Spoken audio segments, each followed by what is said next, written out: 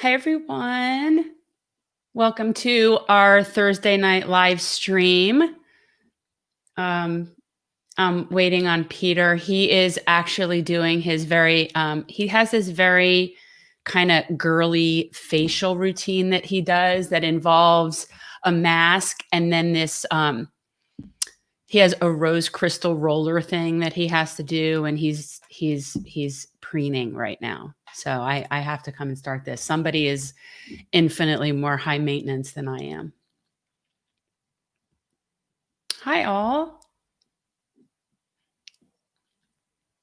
So we have, we're excited that we have Representative Eskamani is going to be here and talk with us later. I'm looking forward to talking with her as we go right into session and just see, what kind of things are possible right now, given our legislature is extremely red. So we'll get an idea from her if what kind of things she thinks what are going to be possible, any sort of policies. You're just going to have, because nobody's here but Reese. No, shut it.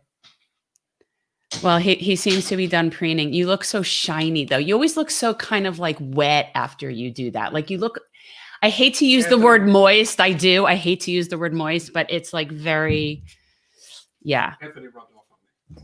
Anthony no, Anthony wouldn't show up looking moist.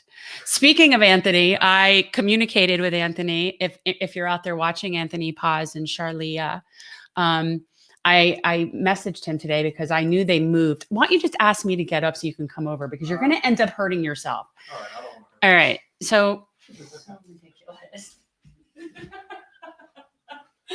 The adventure So of musical ridiculous. chairs. So the point of the story is, this is the point of my whole story. I had at one point been very hopeful that Anthony and Scooch. No, because that Anthony and Charlia would eventually move closer in this direction, possibly even Broward County. They did. I'm not going to say where, because that's, personal business, but yes, they actually moved further.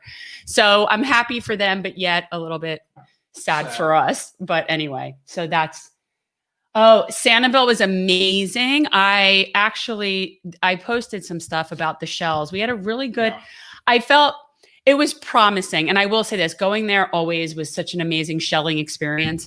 And then ever since that really bad, their most recent oil spill, things were just not good for years. Like this was the best shelling that we've had in years. So that actually makes me feel good that things are healthier, because we weren't seeing tons of dead fish. I didn't see anything, like everything looked good. Nothing looked, bad. Well, so I was very pleased. Well, it's all the more reason why we have to be protecting the environment right now. And knowing that we want to avoid things like red tide and blue-green algae, and obviously the sugar runoff problems, and of course, water contamination. So it was pleasant and it was good, and everything it was good. And a mangrove tour, everything was awesome there. We have really good birds here, guys, for anybody who would ever be interested. If you're ever in South Florida, especially when there's not a lot of inside things we can do, I highly recommend getting in a kayak and going out into the mangroves. Gray walking third party. Hello. Smash the yes, everybody, please hit the like button, subscribe. You have to remember to do that like every time. I know. I can't. Well, I have to be the tech person. You have to be the tech person. I have seniority in terms of age. You have to do that. So apparently, smash the like button is a that's a bad word. But I think all sorts of shady things are happening right now on YouTube. People are getting demonetized left and right. People are losing their ability to do super chats. People are losing subscribers that are just something weird is going on. So the post you put out the other day about Pelosi being elected the speaker, again, that is going to be one of our topics of discussion. Was there a choice? No, there was not. I was just watching Graham and Ron. They're doing a live right now. It's really funny. Graham Elwood and Ron Placone. Yes, Graham Elwood and Ron Placone. And Ron did this funny bit about, it was a choice between Nancy Pelosi or nobody. And he was really pulling for nobody. And he was probably get more done without having anybody in charge. That's what he's saying. He's like, nobody doesn't go to, useless wars. Nobody, like he had this whole good campaign for nobody. But apparently there was nobody who challenged Nancy Pelosi. No. What a surprise. No, and again, it has as much to do with the fact that the party is so corporate captured and they need the money, and they have no other way of winning. They chose to get in bed with who they got in bed with, which is of course they got in bed with Wall Street, which is what they always do. And so the changes that we're looking for right now are definitely not coming in the immediate future. They're just not coming. But let's do more of the same. Let's keep doing more of the same because it's worked so well. So this will be the time when they stand up. There is nothing worse than listening to myself. Sorry. Than listening to myself. Temporary. I hate that. That was just temporary. That's also why I don't want to really wear headphones. I don't want to hear myself talk. Well, sometimes any more amped than it just sounds coming out of my mouth. That's why I do voices. So if I don't like hearing myself, I could just pretend I'm somebody else. That's the easiest way to deal with it. Right now we're in a very unique situation where Biden is basically still going against the grain, and that Harris has a lot to do with what's going on. Are you getting into our first Are you getting into our first news segment? All right, our first news segment, which is basically the fact that Pelosi was brought back as the speaker with no challenge. And again, maybe we kind of could have seen this coming, knowing full well that the only person who they even considered being a challenger was Hakeem Jeffries, who is, if you want to talk about the polar opposite to AOC in New York City, this is the guy. This is Mr. Wall Street himself. He is the heir apparent. It would be, so then what difference does it make? Then you might as well go with the person who brings in the most money. I'd even give her that. Yeah, well, again, but that's the whole point. Nothing changed. So Pelosi's they back. put up back. Schumer's back. It's just again, they're going to get annihilated in 2 years. It's going to happen. Now, that doesn't mean that progressives are not going to win, but the corporate centrist Democrats like Donna Shalala and Debbie Mercurso-Powell. Can we? Every time I think of them, I hear that song, na, na, na, na. Well, hey. That's all I hear in my head when I think about those two. Oh, for sure. Like anti-progressives and stuff like that. We did hear, we did hear the way that if you listen to Hakeem when he introduces Pelosi, it was so cringe beyond words, like the greatest, the most amazing, the incomparable Nancy Pelosi. Like, dude, you only have to say she's decent, and don't worry, you just. Well, you know what? That brings me to a conversation we were having earlier. We were having a conversation about a local bootlicker person down here, and how every time they see Debbie Wasserman Schultz, they refer to her as, what was it? Madam Congresswoman. Yeah. It's so ludicrous. And I feel like I had this thought, these are the people that work for us. It's not the other way around. So if anything, she should be referring to us with that level of respect because she is our employee. See, this is the thing that makes it hard.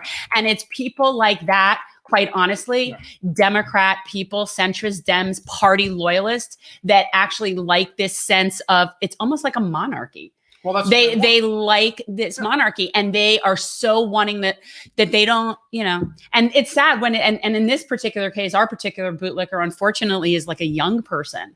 So unfortunate when that's the case. Well, there's several of them. And again, this is just a very big county when it comes to this stuff. Yes. Sadly, our young Dems in this county are way more neo-lib than progressive. It's quite unfortunate. Well, again, it gets back to the leadership of the party in this particular state. But what's interesting is that this is still considered one of the most important swing states in the country. And, again, there's no telling how the overall outcome of the election would have been, different in certain states. But Florida still has tremendous amount of consequence to what's going on right now. And so the idea that we don't have to make wholesale changes in Florida, it does have to happen. And again, we have to do it because this state just went through a week-long soft tropical storm. But the flooding down here was insane. I mean, this area cannot take a direct hit to a Category 3+ hurricane. It just can't. The devastation would just be overwhelming beyond words. But can we have to talk about the delusional nature of the party in terms of what went wrong? because it's so interesting. And what we really need people to understand is that if you were to go look up the Donna Shalala little interview that she had with Jim DeFede, basically she full out says the exact opposite of what's true. So what they keep trying to say is that the party, the centrists or what's holding this party together. In what way? They just, I mean, I just don't understand how they're justifying this when they keep losing seats. Well, once again, where's their blue wave? Well, where's again, the blue wave? It gets back to the very serious problem of money in politics and the fact that for a lot of these people, the only thing that really matters to them is keeping their high-paying job. The consultant class, probably as much as anything, and this is on both sides of the aisle, is the problem. People want to get paid $5,000, $10,000 a month to basically, with all due respect, fillet whoever it is that's willing to be filleted. Because that's how this works. It's not about policy. It's not about helping people. This is about a career in establishment politics. That's what it is. And you could play on both sides because they all do it. Okay, I am so waiting for an opportunity to say somebody cunniling somebody. I am so waiting for that opportunity. But it's the truth. I mean, I don't want to downplay anybody who's actually in this for the right reasons. Some people will work for candidates that they actually believe in and are willing to do the right thing. Our county is full of not those people. No. Our county is full of people that will suck up to whoever they need to suck up to. It turns out that there is a progressive bastion within the state. And it just so happens that we're in Eskamani, who's coming on the show. Yes. And Carlos Guillermo Smith, the two most progressive state house representatives we have in the state. Central Florida. Central Florida. It's the I-4 corridor between Orlando and Tampa. That's it. That is where I even see a stronger progressive situation even in the Jacksonville region than I see down here. I think it's almost like because we're in a blue area that it's just such a given. And I think that it's people don't really think that it's worth, standing up to anything. But yet when you go to places that are so surrounded by red, I think you have people that are more willing to sort of band together and really kind of, fight for something. But here it's easy to kind of get lazy when you just think, oh, well, it's all safe. We have all Democrats here. No, I think it's the demographic. I think that's a very big part of it. You have to take into account whether or not the people that you are trying to convince need change have to really change much of what's going on. Let's also remember the one thing about the older demographic down here, Republican, Democrat, it doesn't matter. They constantly watch MSNBC, CNN, and Fox News. And if that's where you're getting your news from, their opinion, and I tell you, how many people have we talked to on the trail that watch that regularly? They're literally drones. They just copy whatever it is that Maddow is saying, Cuomo is saying. It's talking point. So, okay, so we talked about Nancy Pelosi. Now, what's our next story? We'll slither into the other disgusting arena that is Joe Biden's cabinet selection. So for those of you that are watching already and are obviously aware of what Biden from has one snake pit to another. Yeah. And Biden, look, he wasn't lying when he said nothing will fundamentally change. No. Actually, I think things are going to change. They're going to go right back to how they were with Hillary and Obama.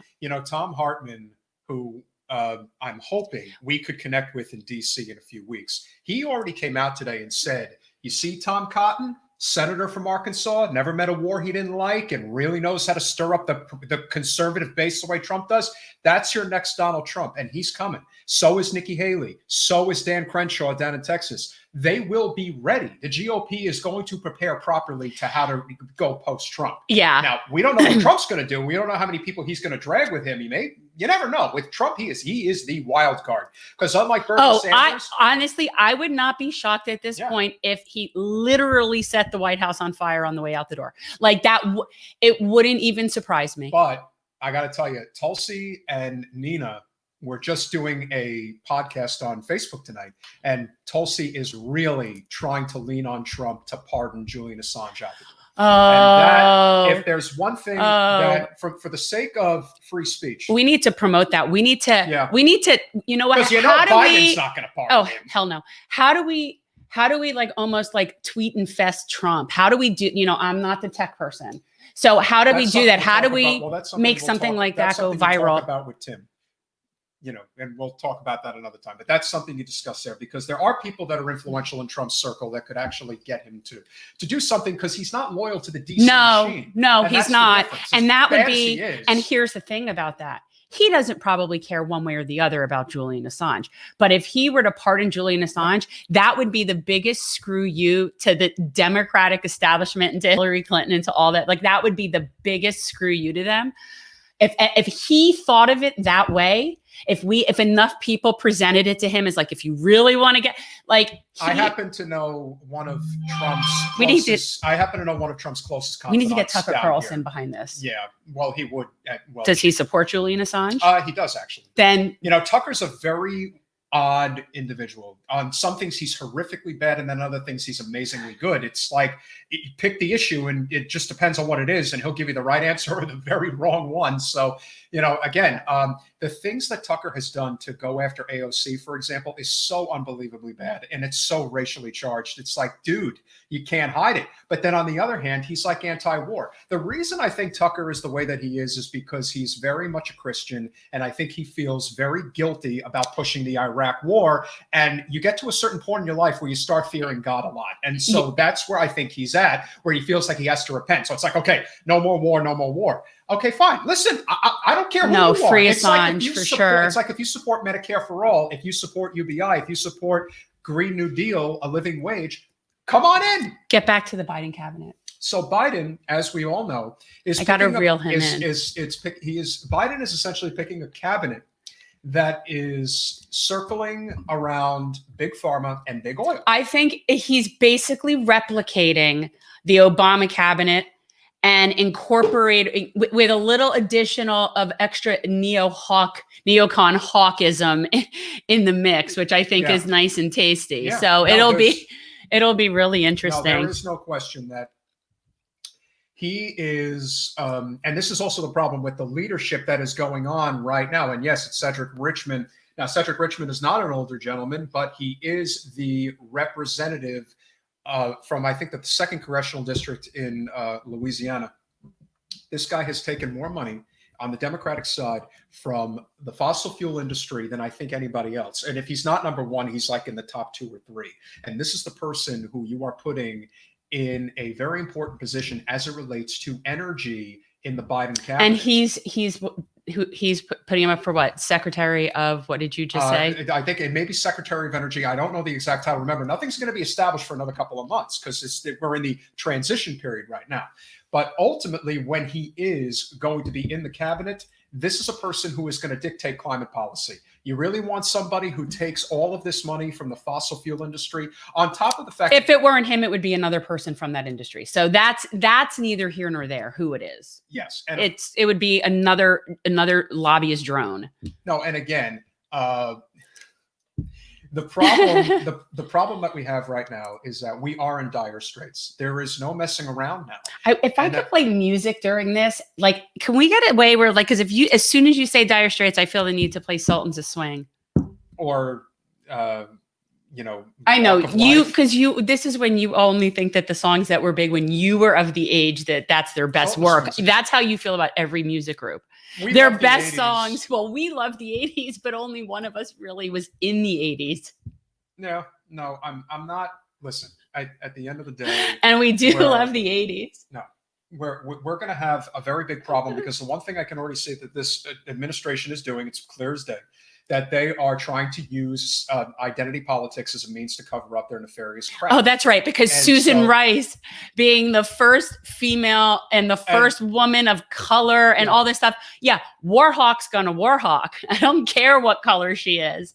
No, I would rather have a little old white man who is, not a Warhawk than, No, there is no purpose to this identity game with them. None. No, and that's what they're going to hide behind, because apparently the woman who's going to be the first Secretary of Defense, again. No, wait, who's Secretary of State? I thought it was Susan Rice. That it hasn't been determined. Is that what it? At state. Okay, not state. The truth is, does it matter? No, but again. Whoever they pick is just part of it doesn't matter. No, and again, they're not changing what they're doing. That is the reality. So can we kind of laugh at the idea of Bernie being the head of housing, or labor rather, labor secretary? Again, and we could make this our final news, which is Bernie is seeking to become Secretary of Labor.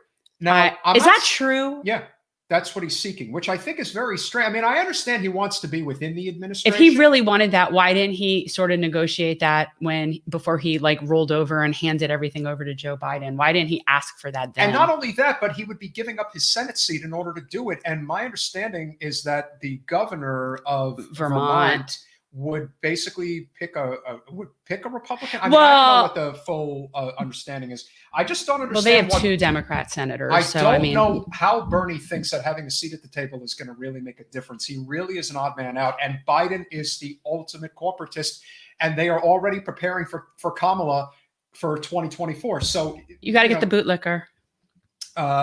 Do we have enough time? Yes. All right, so you talk, and I gotta. Do you know how to do it? You need to do it. It's an email. I got, well, unless you can open it up on your email. If you could do that, then that would make it a lot easier. So if you could. I don't know if I have the email though. Well, I'll have John send it to you because my email's not up on here. I'll send it to myself. I'll send it myself. Okay. All right. That's my plan. That's good. All right. You explain. So again, like we're saying, guys, we have to just be prepared to continue to build the base at the ground level because everything at the top is going to really stink for a while. It just is. We're not going to get what we want, especially when it comes to any type of representation as it relates to, with Pelosi coming back, Medicare for All is not coming to the floor in the next 2 years. It's just not. And neither is UBI, and neither is a Green New Deal, and neither is a living wage. What we are going to have is a bunch of corporatism, and frankly, there's going to be a lot of fighting off. And Daniel, thanks for pointing it out. Michelle Flournoy would be in a position of, and again, I mean, you want to talk about a bloodthirsty war hawk. I mean, everything is, like I said, you thought identity politics was weaponized over the past few years. This is going to be taken to a whole new level with the Biden administration. They are going to constantly be letting you know it's the first woman, it's the first person of color, it's this and that, taking on the most detrimental roles in our government. That's what's going to happen. And by doing so, they're going to tell you, oh, you just don't like a person of color, or you just don't like a woman. That is exactly why you don't support this person. That is the power of the mainstream media. Now, the good news is that a lot of us, especially anybody who's in Gen Z or in millennial or even some Gen X, they're not buying it anymore. But we still have a significant part of the population who buys into this nonsense. Congratulations, that the identity politics really works. Now, before we jump on with Anna Eskamani, we have the bootlicker of the week, which could not be anybody other than Geraldo Rivera. And the absolute nonsense that this guy put out there this week, and if you want to show the image, this is just it's too good because it just really it epitomizes the fact that this guy, look, he's been friends with Trump for a very long time, but he's one of those people that is devoid, the bootlicker. Yeah, he's devoid of complete self-reflection and was basically putting out a message to the effect of, you all should be thanking Trump for us getting this vaccine for COVID. It should be called the Trump. That's what he said. We will call the vaccine the Trump. I mean, that's like. What I want to know is that why would you even, were you watching this? Do you watch Geraldo? No, it just happened to flash on social media. Okay, because who watches, that would be, I do not know anybody who watches Geraldo. Who watches that? I think he lost credibility with me back with Al Capone's vault. Well, there was nothing in that vault and there's nothing in his brain. So, having to be able to do that is, look, it is what it is. The good news is that a lot of people are really starting to get involved in politics now. And the great news is we're now about to speak with somebody who really is one of the very few progressive bastions that we have in the state of Florida, who is an up-and-comer. I'm actually really looking forward to meeting her. I don't think we've ever met. I'm looking at her back there in the waiting room. I don't think we've ever met. She's cute though. So, and I also wanted to ask, I know you had sort of talked a lot about environmental stuff, but I'm definitely going to ask about just like what are like the key things that are going on this session and at least what hope what is for the Democratic contingency. Well, and can I let her in, please? Yes, 1 second, Joe. So, I mean, we didn't really talk about that in there, but I think that's, I just have, what is our hopeful stuff? Like where are we going to make progress? We're going to find out right now. All right. Hi. Hi. Hi, everyone. Thanks for the invitation. How are you? I'm doing good. I literally just got back home. I was at a high school outside my district helping to induct National Honor Society students. Oh, and then I was in my car. Yeah, it was awesome. Then I was in my car doing a Zoom meeting about emergency contraception. And now I'm with y'all. So it's a busy Thursday. That's very versatile. That's very versatile. And it's funny how we cover the north, central, and south end of the state between all of us. South Florida, Central Florida, where you obviously live and so people who are watching from down here that are local, describe your district, like just the general vicinity of your district. Yeah, I love to, Jen. So we are House District 47. So that encompasses downtown Orlando, Winter Park, and Belle Isle. It's a swing seat. It was drawn to be a swing seat by the Republican majority. And if you know where Walt Disney World is, we're about 30-40 minutes out. So it's more of the historic Orlando, the downtown district, and actual Orlando. Yeah, actual Orlando. Pulse nightclub is home in my district as well. Okay. And I grew up in Orlando, so it's definitely my home sweet home. That's it. There's not that many, I guess, well, you're young enough that I could see that. But, certainly when I come across people my age, people that grew up in Orlando, it was a whole different universe. It was it was pretty, you had farms and you had Disney. Right. And then UCF kind of popped up, right? As where did that come from? That was nothing. Like when I was growing up, that was, nobody went there. I didn't even know that existed. Well, it's funny. UCF used to be Florida Technical College, FTC, and it was built as science college for NASA and for the Space Coast. But then it evolved to become UCF. And so, it is massive. Huge. Yeah, we're one of the largest universities in the country. So did you go there? Are you an alum? I am. Yep. I have my 2 BAs, my 2 masters. I'm actually getting my PhD right now as well. So I bleed black and gold. So you are firmly rooted in that area. Like that is it. Like you're very rooted. That's good. That's what people should really look for in a representative, because, it's not about, this is the career I want. It's, I really do represent this district and this community. And I know it so well that I can do a good job doing that. Like I think it's very important. So let me ask you, coming up this session, what are the things that you are hopeful about that Democrats might actually be able to be successful with this session? Like, what are your thoughts on what's coming up? Yeah, I appreciate this question. I mean, for anyone who follows the legislative sessions, that it's a Republican majority, right? And as we'll probably talk about soon, we actually lost 5 Democratic seats in the Florida House.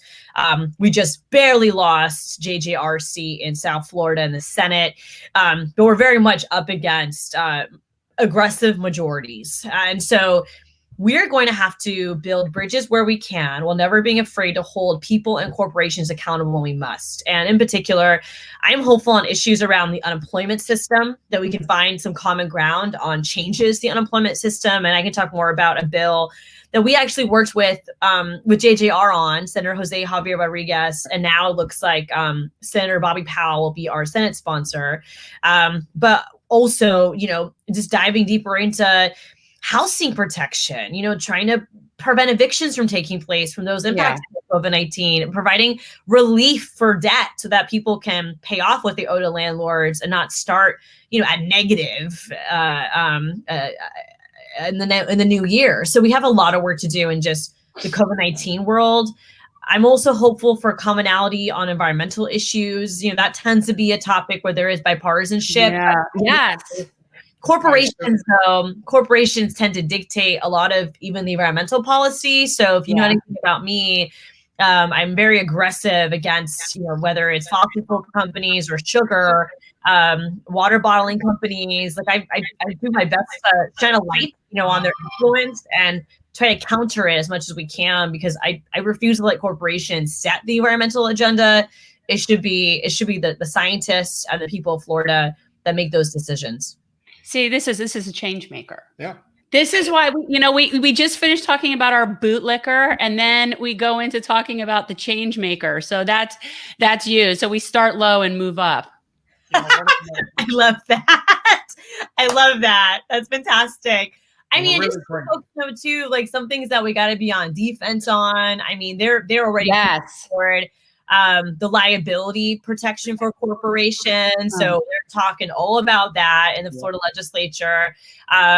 Also, just thinking about corporations are people, Anna. Don't you know that? I know. That's what they keep doing, Peter. It's so frustrating. And so I also foresee another attempt at a corporate income tax reduction. And just for context sake, like Florida has one of the lowest corporate income tax rates. It's actually currently at less than 4.5%. Yeah. And I have a feeling that corporations are going to use both the pandemic and Amendment 2 as reasons to continue with the current reductions and even more. And, one of the biggest tax issues right now is online sales tax collection, which is actually an area where there seems to be bipartisan support, except last 2 years when I was talking about it, no Republican wanted to touch it. But now having online sales tax collection seems like it will happen. But my concern is that they're going to use this new source of revenue to offset corporate income taxes, when really corporate income tax is already fine, right? Like, they don't need more tax breaks. So we're going to have to be on guard for those kind of shenanigans.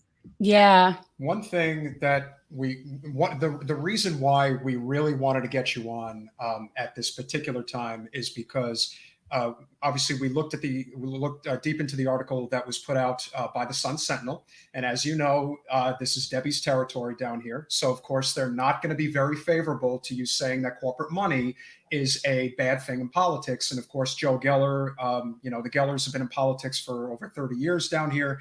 Right. And they just kind of assume in the, sort of like the Tri-County area, Palm Beach, Broward, and Dade, is that corporate money is just par for the course. But I think especially, that's why we call it generational change. And the reason we see it this way is that, no, you actually don't need to have corporate money in the political arena. Business and government are supposed to be separate entities. And so would love to hear more about your thoughts and how, running for office does not have to be predicated on you taking money from Big Sugar and FP&L and so on. Absolutely. Yeah, absolutely. I mean, it's funny, just some more context for folks. Like, I never thought I would run for office before. It wasn't something that I saw in my stars. I mean, I grew up working class. My parents are both immigrants from Iran. They met in Orlando. I have a twin sister and an older brother, and we had a whole lot of love in my family, but not a whole lot of money. And my parents worked minimum wage jobs. My dad went to UCF. He became an engineer. And even as an engineer, he worked at Walt Disney World as a customer service representative on the weekends. And then my mom worked at Kmart. That was her last job before she passed away when I was a kid to cancer. And so, thank you. But so my context, right, as a kid growing up in Orlando is one where the influence of corporations are very damaging to families, in the sense that, policies are policies that would help improve lives are prevented from taking place. And at the same time, families like mine are reliant on government resources to get by because we to live. And on the weekends, us three as children were home alone because my parents couldn't afford any type of sitter and they both had to be at work. And like, that's not a healthy family, right? Like that can be risky. And so those are my experiences growing up, that when I, went to public high school, then went to UCF myself and worked at Planned Parenthood for 6 years, which is another personal story for me because I went to Planned Parenthood for birth control when I was younger and continued volunteering there and et cetera. But when I made the decision to run for office, it was kind of like a no-brainer that these corporations that have actively lobbied against our best interests should not be a part of my campaign. And I will say, I met with AIF, I met with the Florida Chamber because I wanted to tell my story myself and not allow others to tell it for me. but it was really surprising to me, just their level of influence, and also the Democratic lobbyists, that they have, right? Because they're people, they're people that like you've met in different circumstances, and they're good people too. But at the end of the day, they have their responsibilities, right? And so it's quite eye-opening how they influence us across both parties. And so I remember back in the day in 2017, signing the No Fossil Fuel pledge that the Sunrise Movement was doing back then. Yeah. And one of my interns came to me about it, one of our volunteers, who's now one of my staffers. And she asked me to sign it. And I was like, yeah, of course. Like, we're not taking money from them. Like, it wasn't even a no-brainer. Do you know what I mean? Yeah. And then to get to Tallahassee, and it's like, oh, like, they're really influential. Here's why. And and it's funny. I think being a new kid on the block, like, it gives you a sense of naivety where, like, you don't even second guess your gut reaction, right? Because you don't have a reason to. So it's actually really helpful. So I can just be myself and be everyone, and make values-based decisions without having any type of previous institutional context that impacts some of my colleagues, right? Where they think the norm is this. For me, there is no norm. Like, you know what I mean? Like, we're redefining the norm. And I think that sets a tone for other lawmakers to be inspired by. And actually, the last thing I'll say before tossing it back to y'all is that usually in most cases, you see politicians in their second term get more lobby money, right? Like, usually the first campaign isn't as much, but the second campaign, after spending 2 years in Tallahassee, you get more of those $1,000 checks. For us, it was the opposite. Because there were actually some institutions that gave to us, and I didn't realize how shitty they are, candidly. And then, once I started talking about rent stabilization and renters' rights, the Florida Apartment Association wants to meet with me, and they gave me $1,000 my first campaign. I didn't know what their priorities were, and so now it's like they're not and they're not going to give to you, and I'm fine with that. And I've learned from the 2 years of just all the other industries and what they lobby for, where I've actually returned checks that have come my way, and I reject checks. And so I think politicians should be like, if you're doing it right, you should be getting less corporate money over time, right? Yes. Versus more, which usually the opposite is what happens. You would think that if you've established yourself as a good representative, you would have that much more trust in your constituents, and they would be gladly donating. Well, you know what the truth is that if you're really serving your constituents, you don't need to spend a lot of money to have a campaign, because people just like you and know you. So you don't need, it's like, that's the point. But I mean, granted, I do support publicly financed elections so that more people can be involved. But in reality, if you're really doing your job, you shouldn't have to make a hard sell, and you don't need all that money. And that's the truth. The reason people like Debbie need that money is because if she doesn't keep her name out there, nobody's going to really go out of their way. How have you found the new representation that has come up? We are very friendly with Marie Woodson. There are, some others that are coming up now. I happen to know Amari Hardy from the time that I lived in Palm Beach County. Do you find that there's like a new rising group of individuals? Obviously, we think the world of Carlos. I've met him a number of times. He's your, what I would call your soul brother, if you will. My work husband. Yeah, there you go. There you go. And, you're the two most progressive people in the Florida State House, and it's not a mistake that you guys are in the same area. We should double date. This is my work husband. Oh, I would love that. Yeah, please. Let's bring out whenever it's safe. She said work husband. Yeah, whenever it's safe to come to Disney. I mean, obviously, we haven't been up there in a long time. But to have you, because, again, look. So funny, because actually my real husband is on the way there right now with child number 2. He's going to Disney. That's so funny. But I am noticed how I'm not part of that. Right. I get it. If you could take away, because obviously there's a lot of pressure on you. You are, no pressure, but you are the Florida AOC. So, you're gonna get a lot of the oh my God. You're gonna have a lot of people that like you, but you're also gonna have a target on your back, because you are a very loud voice for the people who have no voice. And that is a very big part of the process, especially in this state, where you literally have a governor who, I mean, you literally could see Trump's hand up his rear end. I mean, I forgive me for being so graphic about it, but DeSantis is as much as anybody who is a Trump lackey. And for those people who don't know why DeSantis is so much in Trump's, corner, Trump literally made him the governor of this state. Oh, yeah. Literally. Right. He owes it to him. He owes it to him. I totally wanted to make him governor, so I made him governor, and he really owes me everything. It's really incredible. And we so thought that Putnam was going to be the governor, and now DeSantis is governor. So if people But and again, I've always said this: we have a very low bar here. We do. And so after 8 years of Rick Scott, quite honestly, Voldemort. This is not, I mean, Ron DeSantis is, I just feel like he could be the worst thing ever. And yet we're so numb to that here. Is it like, whatever. So to bring it back to what I was asking, how have you found so far, obviously, like I said, it's difficult to be in Tallahassee, being the progressive that you are. And obviously it's a very non-progressive, state house and Senate. How have you found in terms of building relationships, and especially with the incoming freshmen so far? How's that been? Any new people that you feel like are going to be on the good team? Yes, absolutely. I mean, there's some great freshmen, and I was proud to endorse some of these competitive primaries to help get folks like Representative Angie Nixon, Omari Hardy, Michelle Rayner, some very fierce advocates. You supported primaries against Democrat incumbents? I did. Wow. Yeah. Now that's impressive. Now you really have a target on your Oh my God. That's so impressive. You could not get anybody down here to even do anything like that.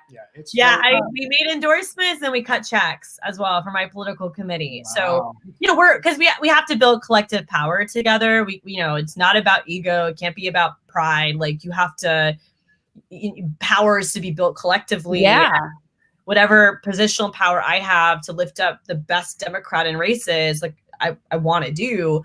And so yeah, we're very proactive in that way. And I also just want to kind of tackle the other part of your question too, Peter, around like, partnerships and like working in the legislature as someone who pursues a progressive view of the world, right? A vision for the world. There actually are some progressive issues that I think you can find alignment with conservatives. In particular, I'm thinking about corporate influence. I mean, yes, corporate giveaways. Yes, really libertarians. 100%. I am against that stuff. 100%. And so, I spoke to one of the incoming speakers about one of our bills that we did last session, which would be an interstate compact and corporate giveaways. And basically, right now we play this race to the bottom where we offer major tax incentives, give away land. We do all these efforts to attract like the Amazons and these other companies to Florida, where research has shown that, especially when you don't have evaluation attached to these programs, oftentimes the states are just competing and losing out while corporations win. And so this interstate compact would basically be, multiple states agreeing to not play in this game and allowing the free market to be the free market versus competing and impeding the market. And so I made it clear to anywhere.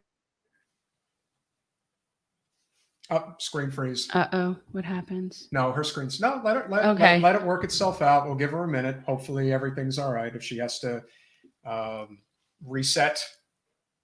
But while that is happening on her end, I mean, you could tell she really has a very good. Wow, I can't believe she endorsed challengers to incumbent Democrats. But that's impressive. Well, like I said, there is something to be said for somebody who is principled and says, listen, we may be in the same party, but if you're not going to fight for what is necessary, again, that's why Joe Geller, was, and again, it's We were just talking about how great you are. We were singing your praises. And I took you off the screen because it froze in the most unfortunate, it froze in the most unfortunate way. And so I'm like, oh, you were making a face like, and so I'm like, oh, that's not good. She wouldn't want to be stuck like you would that. make on Splash Mountain, where you're like, oh no, it was going to say that I'm talking about corporations. So AT&T was probably like, cut her off.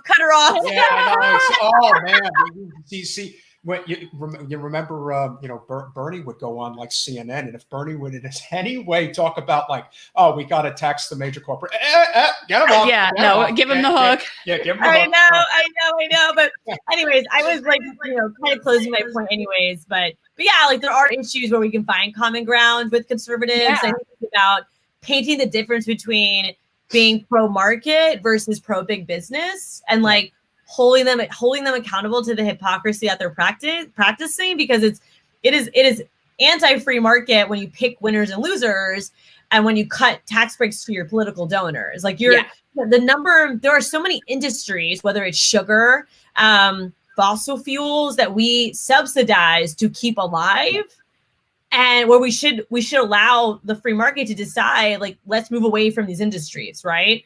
But because of car rentals, as an example, the major car rental companies, which have, one of them declared bankruptcy during this pandemic, they have pushed in the last legislative session for not only tax breaks, but to tax some of the new apps for car rentals, like the car share programs and like the apps that let you rent out your car to others. Right. Anything where anybody could impede in their business. Right. So they are intentionally trying to tax competition. And it's like, what happened to the free market? Don't you guys like innovation? Oh, you don't like it when it impedes with your business? And so, that's the hypocrisy you have to call out. So let's talk a little bit about last session. One of the things that was a very big red button for me, big issue, was the parental consent law that passed.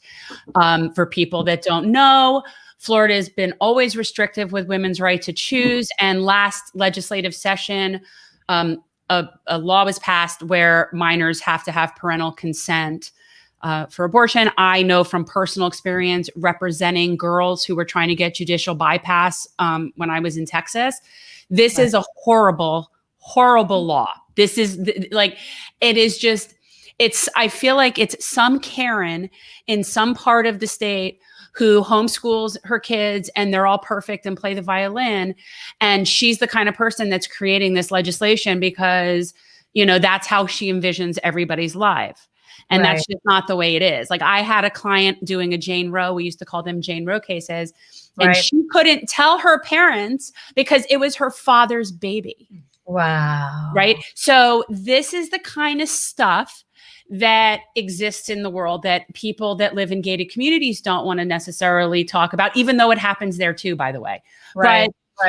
Those people just have better access to be able to get around the laws a lot easier than the people who have to go through the public system. But that law to me is devastating. So I'm sure you were against that. I'm sure that was not something. So would you talk a little bit about how something like that happens here and how do we deal with that now?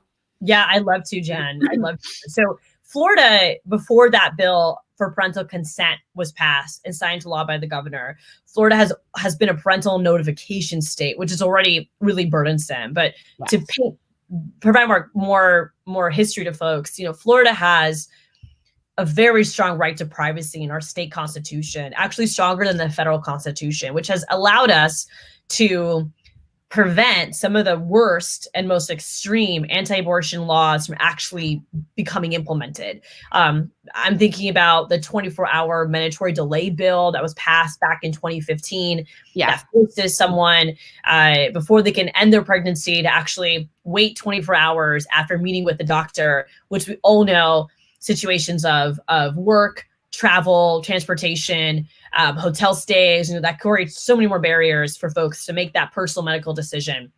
And for the parental consent shift, it was an effort by the Republican leadership for 2 years. And what folks need to know is that majority of young people, over 66% of them, are talking to a parent or guardian about an unplanned pregnancy. The third that is not, like Jen just explained, Yes. are facing situations that are so complicated and challenging and scary, where the parent might be the abuser, where they might be undocumented, where they might be a foster kid, where they might not have clear communication with the parent or guardian because maybe they are incarcerated. I mean, there's so many dynamics here. Yeah. Where they don't have a place to either notify, and now that it's consent, even if you talk to your parent or guardian, they can veto your decision. And if they veto your decision, you now have to go contact your clerk of court and get an attorney to help you get that bypass that you talked about. The only way to then end your pregnancy is a judicial bypass. So you can imagine being 16 years old, already navigating this situation. Oh yeah, no, I've thought of this. It's ridiculous. Right. I do not know. And nowadays, maybe more so because the kids are so much more like tech savvy and look things up and they're more connected. But like, I know when I was 15, there is no way that I knew my friends and people would have the wherewithal to navigate that system and do that. And what you end up having are people that give birth at the prom and you find babies in trash cans, or they kill them, or they do all sorts of other stuff. Like, this is not a good situation. People don't understand. Right. Well, and the reality is that if you want to reduce the rate of abortion, there are ways that we can do that, increasing access to contraception and ensuring that every person has access to age-appropriate, comprehensive sexual health education. But we don't do that. The same people that don't want the abortions don't want the other stuff either. Right. That's the frustration. I mean, the rate of abortion in the country has declined from 1 in 3 to 1 in 4. And that's because of the Affordable Care Act, which did provide access to contraception, and because of sex ed being implemented in states and counties across the country. But Florida, the norm in Florida is abstinence only, like what I had in my public school.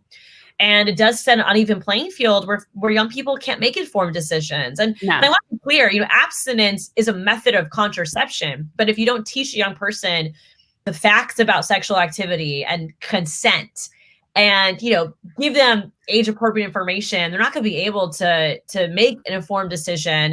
And it also puts them more at risk of sexual violence, because you want young people to be able to know good touch, bad touch, right? And have understanding of what is appropriate behavior by the adults around them.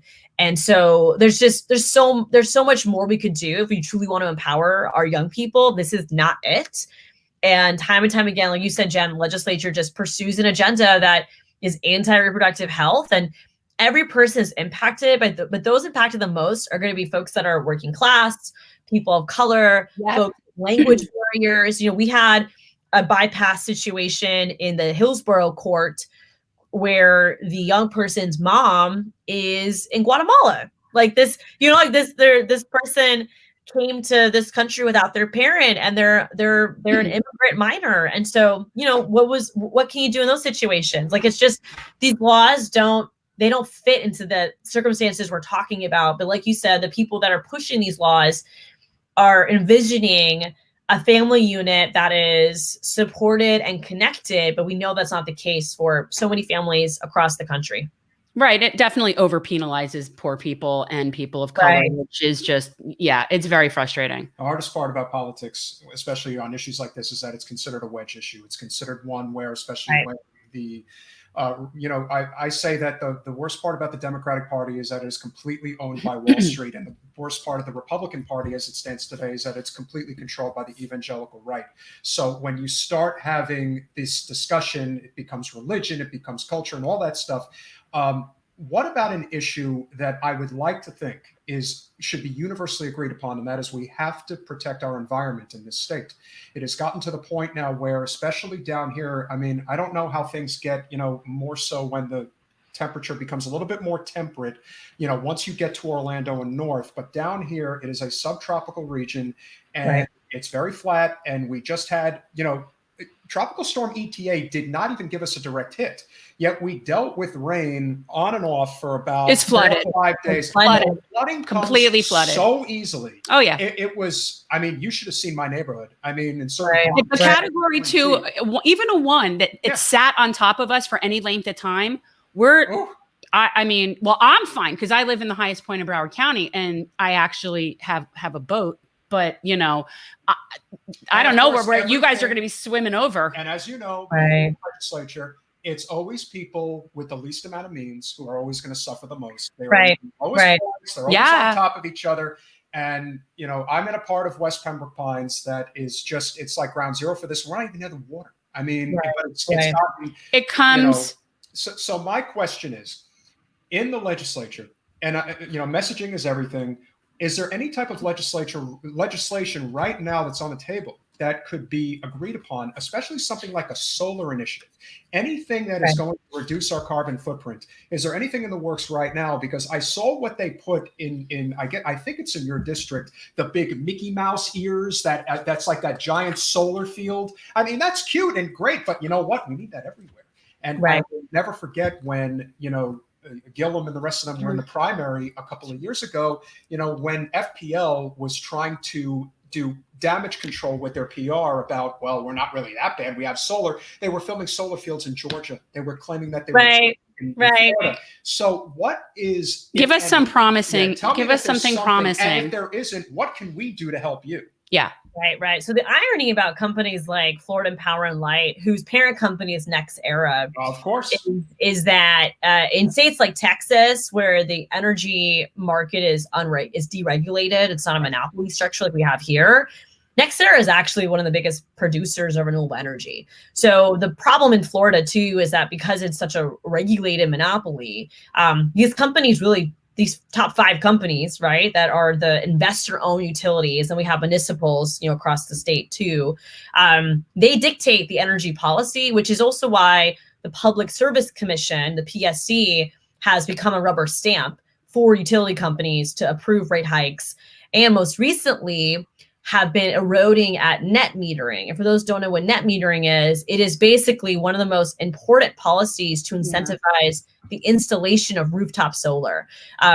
So utility companies, primarily the investor-owned ones, they don't like rooftop solar because it competes with them. Of course. So if they pursue solar, they want to do it on their property, under their grid, and not allow it to be decentralized, which also has impacted our smaller businesses that are, you know, are the ones installing rooftop solar and manufacturing the solar panels, creating really great green jobs. And I think the other part of this too is not just pursuing renewable energy in the construction of rooftop solar and solar farms and exploring things like floating solar, which we're piloting in Orlando, but also energy efficiency. Because remember, in order for us to reduce our carbon footprint, we need to also invest in decarbonization and in reducing our energy usage, and whether that takes shape as, you know, converting to public transit electric vehicles or battery storage or better insulation so that we're just using less energy. We need to reduce energy consumption through energy efficiency as we increase the production of energy through non-fossil fuel means. Right. It's both. It has to happen on both ends. Right. 100%. So policy-wise, right, like, we have filed for 2 years in a row Florida's 100% renewable energy goals bill, and we're going to refile it, but we're going to actually strengthen it. So I'm very excited about that, and talking to potential Senate sponsors, because JJR used to be our Senate sponsor. So we're identifying a new Senate sponsor now, but I am very excited working with our stakeholders and building a piece of legislation that I think will be model for Florida to really be the leader in both energy efficiency and renewable energy production, while also focusing on decarbonization. But right now, the conversation seems to be around coastal resiliency. You know, both the Senate President and the Speaker of the House penned an op-ed maybe about 2 months ago talking about sea levels rising, but not using the words like climate change, and not talking about carbon production and emissions, which is disappointing. But again, I think it speaks to the point we made earlier, where these major corporations, that's where they want the conversation, right? They don't want to be held responsible when it comes to their reliance on fossil fuels here in Florida. And they want to change. They will evolve because technology is evolving, where it's going to become more cost effective for them to do that, but they're going to do it as slow as they can, because many of these power plants that are built in the 80s don't have expiration dates, right? And they're still paying bonds off them. So they're going to try to like squeeze out these power plants as long as they can. And we were very very happy here in Orlando for OUC, our municipal utility company, after years of advocacy by groups like the Sierra Club, has announced their transition off fossil fuels. And so we need to push cities to take action, which will help us accomplish real policy at a statewide level. But I do think the cities play a very important role because it helps us, A, achieve these goals more realistically, but B, for someone like me to go to the Republican leadership and say, listen, a dozen cities already have goals. Florida needs to catch up. It gives us more hope to make that happen. Yeah, I agree. Local is definitely where a lot of this action needs to take place. What were you had something you were gonna... I think that what I learned when I was living in Delray, and probably more so up in Orlando and in Tampa, is there are so many townhome communities. There are so many HOA communities. In my opinion, this is really where I think the solar initiative could really take off in Florida. Is you kind of need to have, sort of these communities banding together to say, no, we are going to do solar. It's one thing if an individual is trying to do it on their property. If you've got 250 homes that are basically in agreement that from an energy cost perspective, and let's face it, solar is universally been proven now to be cheaper than fossil fuels. If you're looking at it from an economic standpoint, which is always the easiest selling point, especially to people on the right side of the aisle, just show them how it benefits them in their wallet. If there is anything that we can do to sort of help with that type of legislation, that should cut. And, again, we had Senator Pizzo on last week, and he is definitely a centrist Democrat, but he's not somebody who is adverse to the type of policies that we support. You just have to show him economically how it benefits. No, our local Republicans support Everglades restoration. So right. And so, there is common ground there. There is. And and on this energy piece too, there are many Republican lawmakers and former lawmakers that I know who are friends of mine that all drive Teslas. And they drive Teslas because I think, A, it's a luxury vehicle, right? Yeah. It feels really fancy and it's cost effective. And now we see the Volkswagen settlement dollars, part of it's being used to build solar electric vehicle charging stations, most that are solar operated. And then I go to one of my constituents, because again, I represent a swing seat. So we have Republicans, NPAs, and Democrats. And talking to one of my Republican homeowners in the south side of my district, and he has solar panels. He has 5 Tesla battery power packs outside his home where he can take himself off the grid if he wants to and have enough energy, for at least a day or two. And he told me how hard it was working with Duke Energy, which is the utility company on that part of my district, to even be able to get his rooftop solar installed, get his battery chargers installed, and to be able to plug into the grid and then turn off the grid. So, they don't like you to turn off the grid. They don't mind you plugging into the grid. You're just not allowed to turn off the grid. Yep. Right. And so, there's just so many opportunities for policy to incentivize the shift towards electric vehicles, to invest in public transportation, and to, support installing solar panels, which again, net metering is such a big part of that because it's that ROI for you that makes it economically feasible and smart to pursue. And this is also an issue of national security, right? Because we have so much military presence across the country, often driven by oil, right?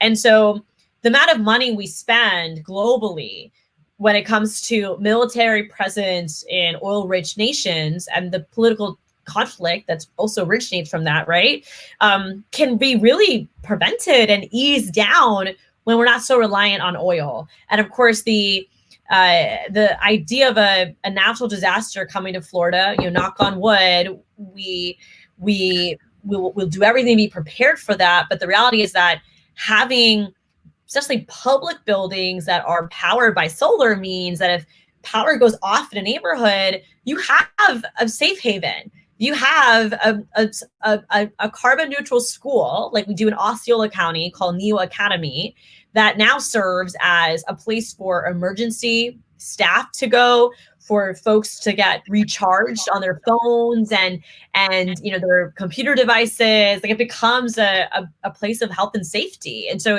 there's so many other benefits to this that I always love to lift up to my Republican colleagues and my more centrist Democrats, because I think it offers, greater depth of perspective. This is not a red versus blue issue. This is a really important one that we all can find common ground on. Okay, so Anna, what are the odds of me ever getting a Bright Line from here to Orlando? What are the odds of us extending the Bright Line? Wait, but no, this is the best to me, is that we have a president who's working on a space force, and yet we can't even get the Bright Line from West Palm to Orlando.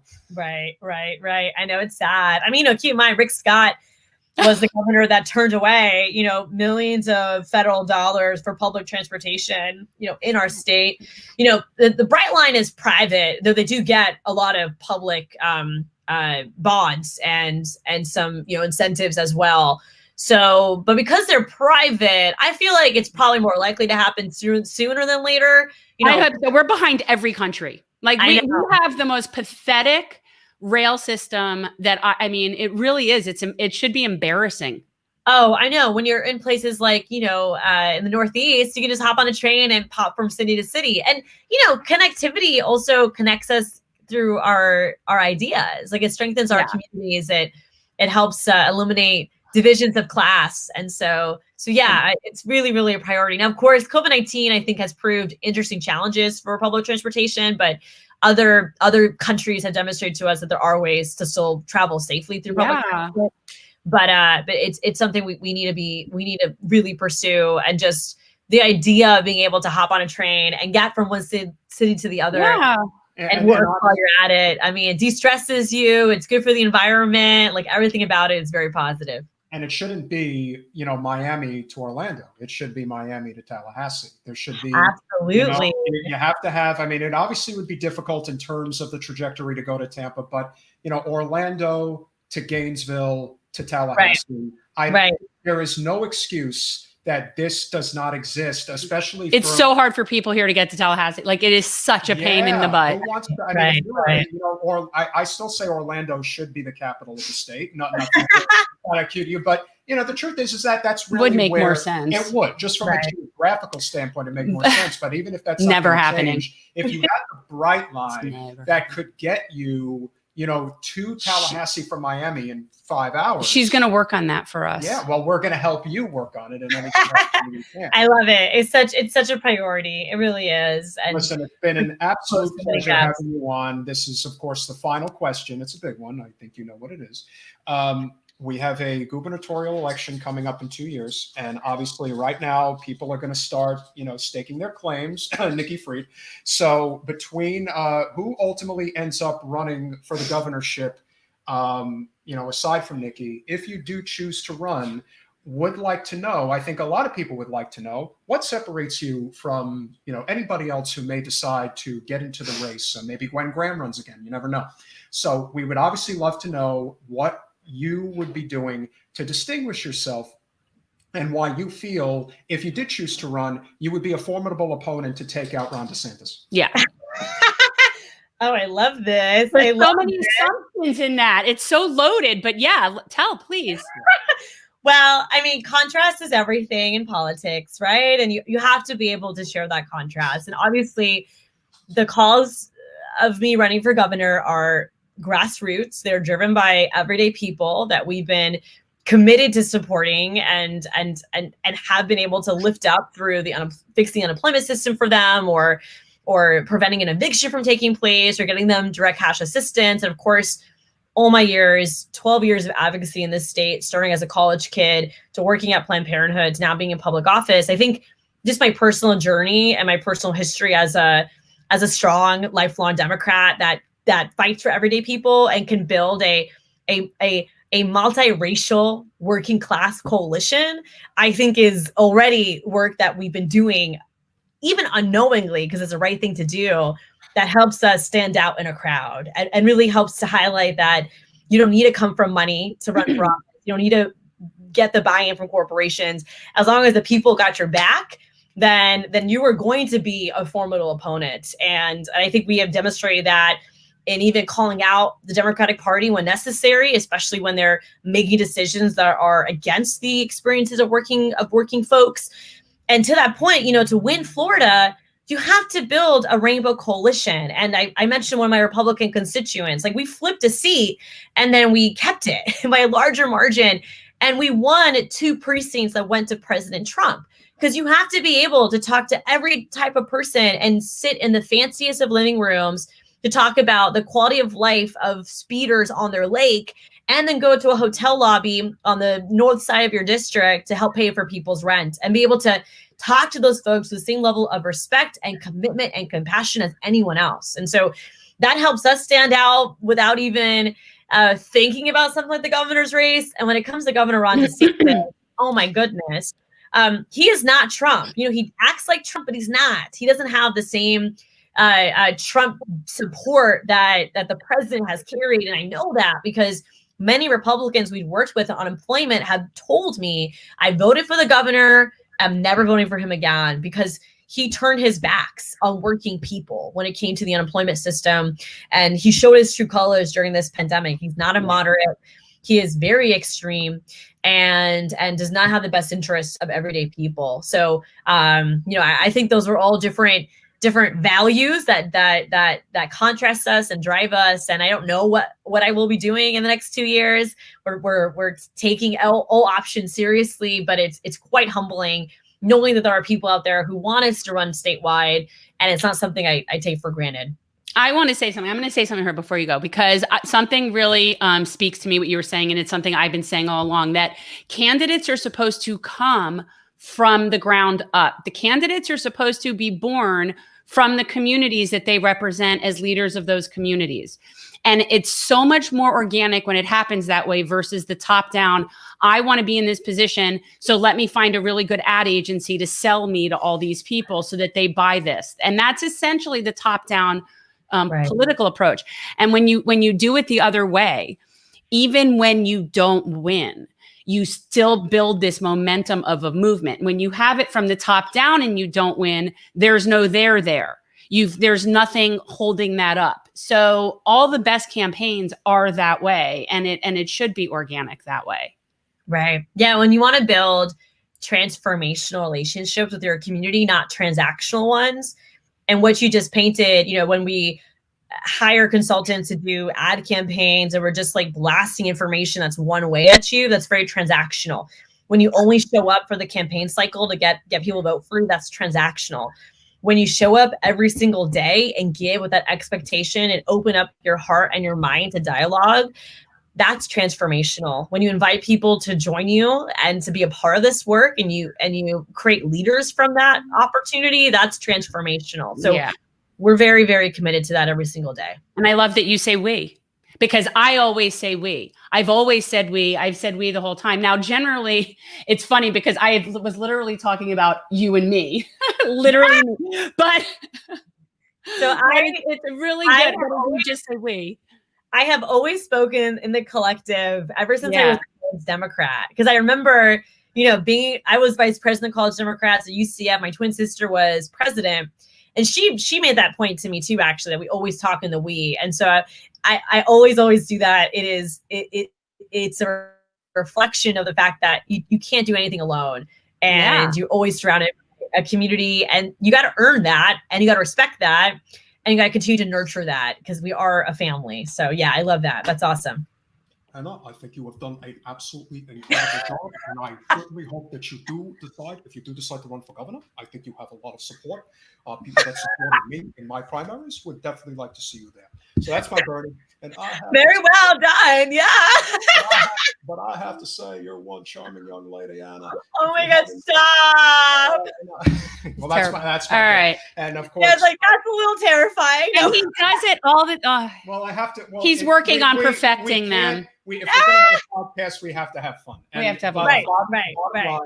Line, you know, Gillum was able to, you know, listen, we could say what we want about how he ran the general, but the way he ran his primary campaign in 2018 was absolutely phenomenal. He did an amazing job. No one thought he was going to get above fourth. Okay, Anna, when you run for governor, okay, here's a little bit of advice from somebody in South Florida. Don't come campaigning down here with Debbie Wasserman Schultz, Hillary Clinton, and Michael Bloomberg, because it just really doesn't go over well. Okay. Can I tell you? can I tell y'all a secret? Something I've never Of told. course. So in my first campaign, I had the opportunity to be endorsed by Hillary Clinton, and I declined. Yes, I excellent. have never told anyone that story because I just didn't want to Good. create drama about it. You know, I didn't want to You're talking to us. There's nobody else. There's somebody else here. And the truth is, actually, we're still small potatoes, so there's not that many We're people growing, here. but We're growing. Well, but I mean, it was something that I really thought about because Absolutely. you know, like, of course, it's very humbling and you know there are moments where Hillary Clinton, you know, stands up for values that I align with, and you know, I can't deny like a history of women and girls, right? Of empowerment. Like people are so complicated, right? But overall, like not something I felt comfortable with at all. Way too much baggage there. Way too much And baggage. just, you know, very corporate driven. There's just a lot of like, you know, LinkedIn things that I can't like I just ignore. And so, you know, and that's been my own personal evolution over the years, right? And kind of developing my manifesto, if you will, of who I am and who I want to be. And so, yeah, it's been an interesting journey, but that's something that I always reflect back on, and it was the right choice to make. And, you know, it was easier than I thought it would be too. You're very fortunate to be, you know, Orange County, Pinellas County, Hillsborough County.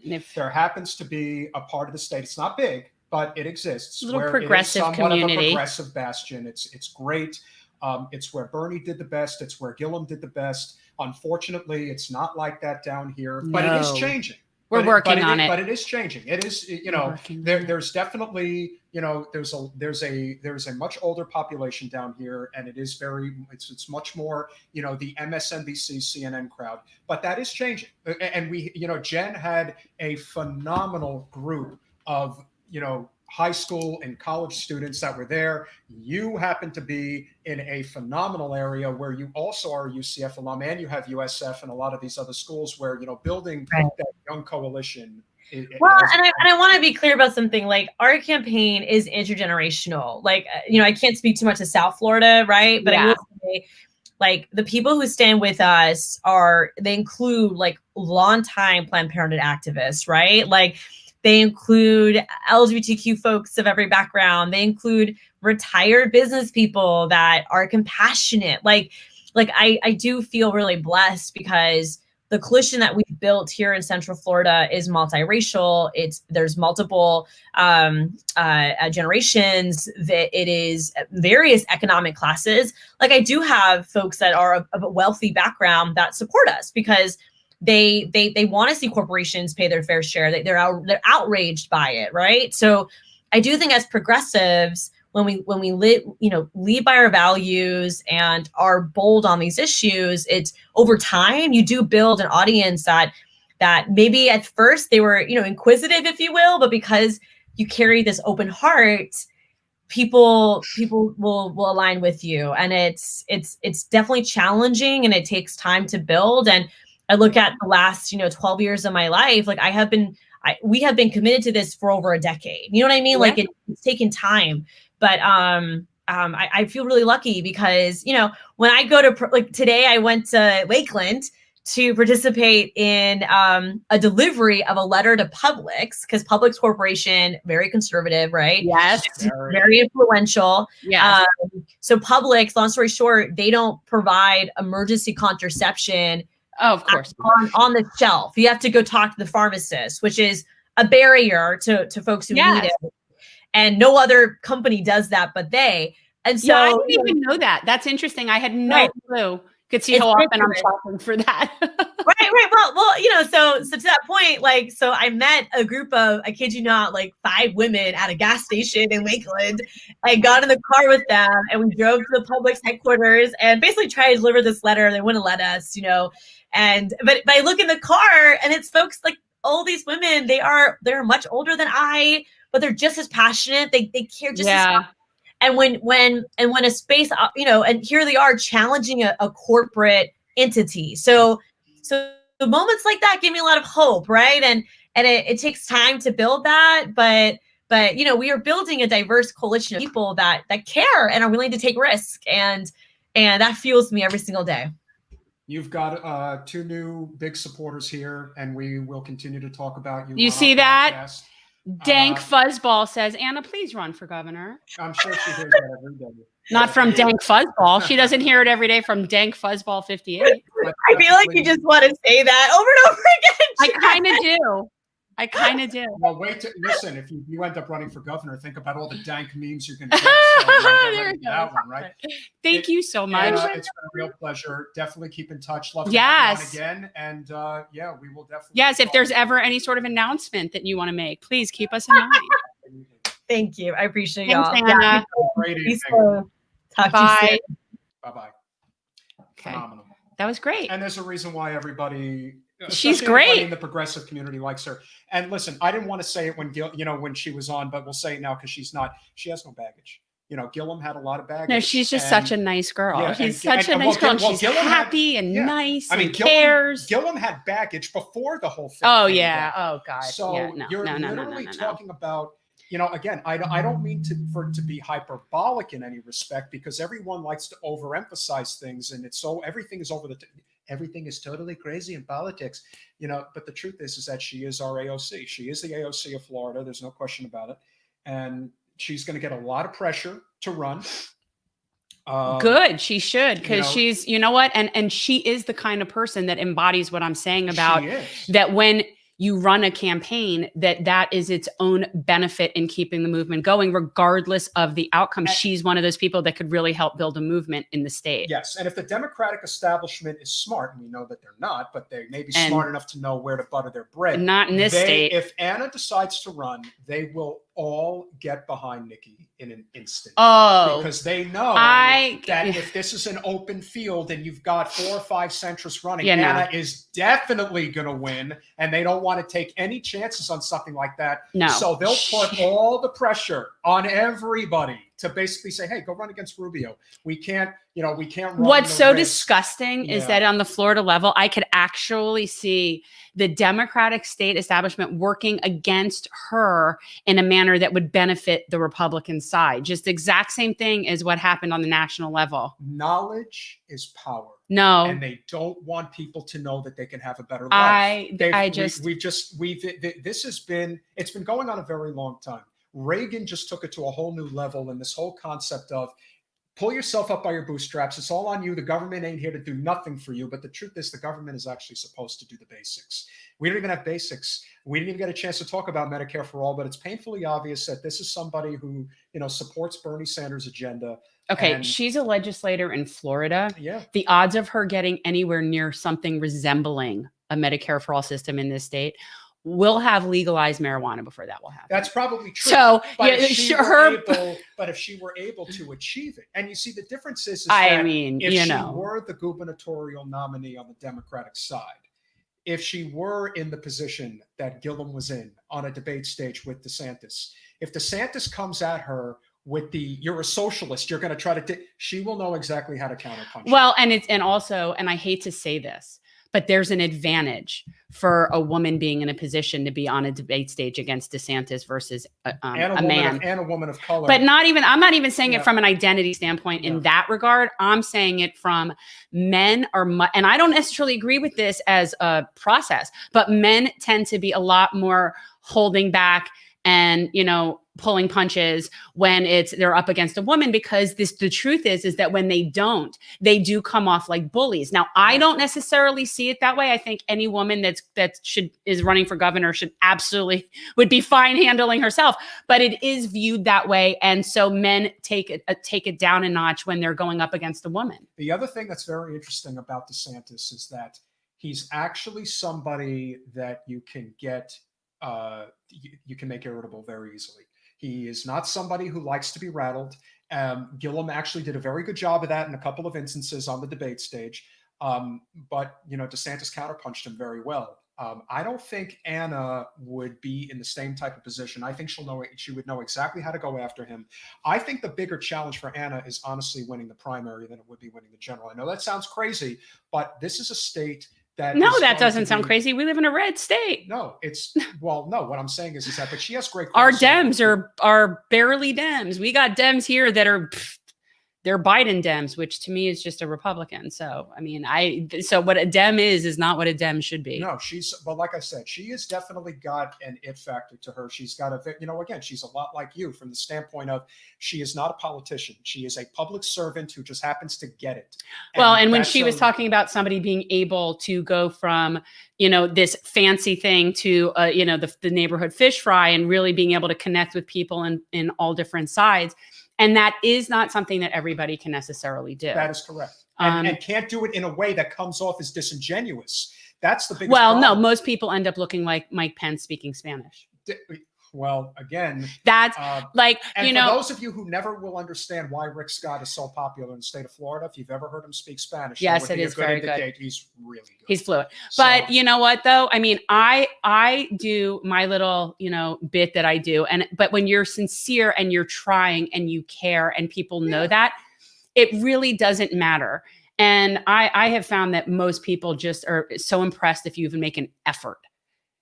Well, the truth is that for a lot of the politicians, and the embodiment of it all, of course, is Debbie Wasserman Schultz. They know that their time is going to run. You have to always bring her up. Why must you because do that? She's still the eye of the hurricane. Well, listen, we need to sort of We're going to wrap up in a minute. But I want to talk about something first. Yes. Okay. And so at the end of the day, there is the embodiment of what is wrong, what was, and then there is what is. And Ann Eskamani represent what is and what could be.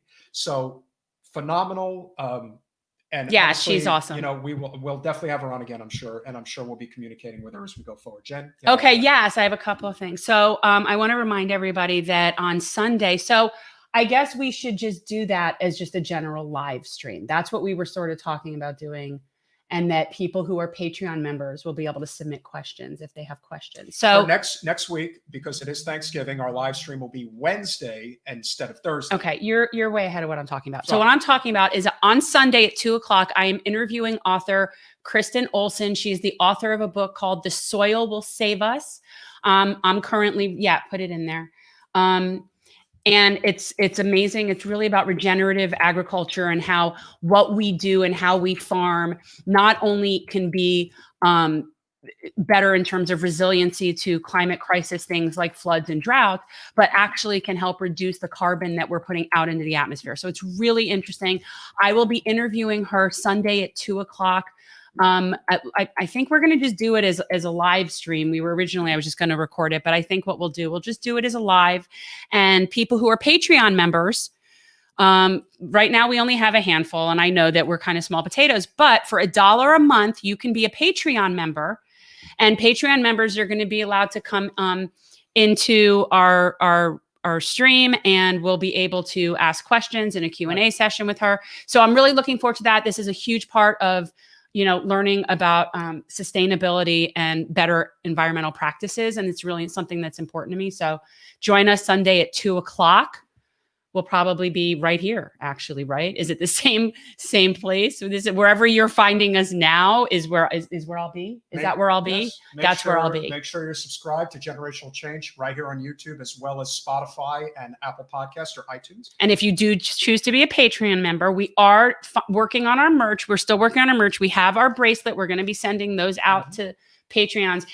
And we're working on our t-shirts, and we're working on some cool stuff. But for just $1 a month, you can be a member, and you can come into cool live streams like that and ask questions of really cool people. We're going to have the opportunity on the live streams going forward. We're going to be interviewing basically all elected officials, local and statewide. We are hopefully next Wednesday going to have our brand new mayor of Miami-Dade County, Daniela Levine Cava. Which is kicking off what I am calling, because I have to name everything, I am calling it our Meet Your Mayor series. So we are going to be talking to a myriad of the mayors. I mean, focusing on the mayors that are within our district or that, that we overlap with. But yeah, so we're going to do Meet Your Mayor. And I'd love to start off first with her.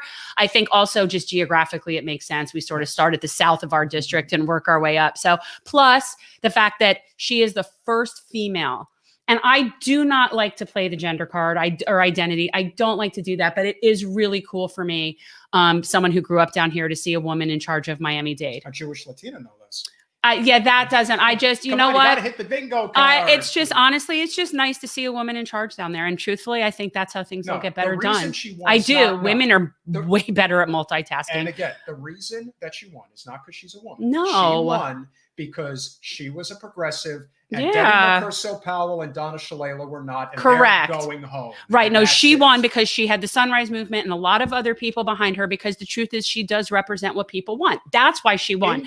I just also happen to be happy she's a woman. In conclusion, if anyone is still trying to convince you, like I said, you're not going to get it at the tippy top right now with people like Biden. But what you are going to find is that at the local level, progressivism is taking over in a number of places. It is happening. And it's going to continue to happen because the ideas are on our side and the momentum and the grassroots energy is on our side. Are you coming to the pantry tomorrow? Yes. Okay. So did you sign up? No, but I will sign up on the website. I already talked to Z. Okay, so she knows you're coming. So for anybody who is local, we're going to put it in the chat one more time before we head out of here. Does she still need? I mean, because that's the thing. I will check with her just in case. But of course, there are places to sign yes, up on and the website. also, yeah, guys, we are working for Thanksgiving. GenCore is working with Mobile School Pantry, and the first day is tomorrow. They are also having volunteer days on Monday and Tuesday. So, Yes. if you can work it in your schedule to do so, it's afternoon food distributions. There's different schools each day. It's on their website. You can sign up for the specific location that you want, and this is as minimal contact. You will be outside at a school, like a carpool area, and you will be loading bags and items into people's trunks and in their cars. That's the interaction that this is. So it could help a lot of people, and the more people we have, the faster that the line will move. So anybody can help. Come help. Yeah, check it out. mobileschoolpantry.org. There are volunteer opportunities tomorrow, Monday and Tuesday. Yes. And Tamara James of Dania Beach is also going to be having her event. Details, should be up on her website. Again, just any way you could get involved. Feeding South Florida. There are so many different ways. Now we're gonna have to talk about this. Let's just stick with what we're talking about. We're working with Mobile School Pantry. That's really where, in terms of food insecurity, that's our organization. Yes. And now. so Miami, today was Give Miami Day. And, obviously we put out a number of nonprofits that are really good to look into. Find ways to get involved at the local level. And GenCore is going to be doing that going forward all the time. And we're getting t-shirts now. We are. We're getting t-shirts. I'm very excited. Purple. I'm very excited because this is yet once again with you, an example of something where I had this really good idea in mind, a design. You basically poo-pooed it, didn't want to hear from it, told me it couldn't work, got all pissed at me, tried to connect me with the designer. Your idea came, and yet it's really cool. And it's the same thing as what happened with the logo. I said, I want to see it with the name in purple. You said, no, it can't be done. It won't look right. The designer name won't look. And yet it does. I would like to bring everybody's attention to the Generational Change logo, wherein my name is purple and it looks cool. He was a hater. And you totally insult me, and I'm still president. Okay. You totally can't. So anyway, GenCore people, we're getting new t-shirts. So check us out, generationalchange.com. Like and subscribe, but please come out and volunteer if you're local. Sign up to volunteer. I really like that Anna. She's quite a charming young lady. You stay away from her. You're a pervert. You're a pervert. I don't take no for an answer. So unfortunately, listen, Bill. But you know what? I think Sam's gonna be upset that we're not using masks. But I will tell you this: the Bernie mask just grosses me out. Yeah, it's just creepy. He looks like Bernie's teeth are not bad like that. No, my teeth are just. No, his teeth are fine. I'm just saying. I know, but this thing makes his teeth look horrible. If we had Medicare for all, everyone would be able to go to the dentist, regular scheduled checkup, so they can make sure the teeth are okay. Anyway, we're gonna go. I have to get in on a meeting. Have a great night, everybody. Thanks Bye, for all. tuning in. Share, like, subscribe, do it all. Generational Change. Good night.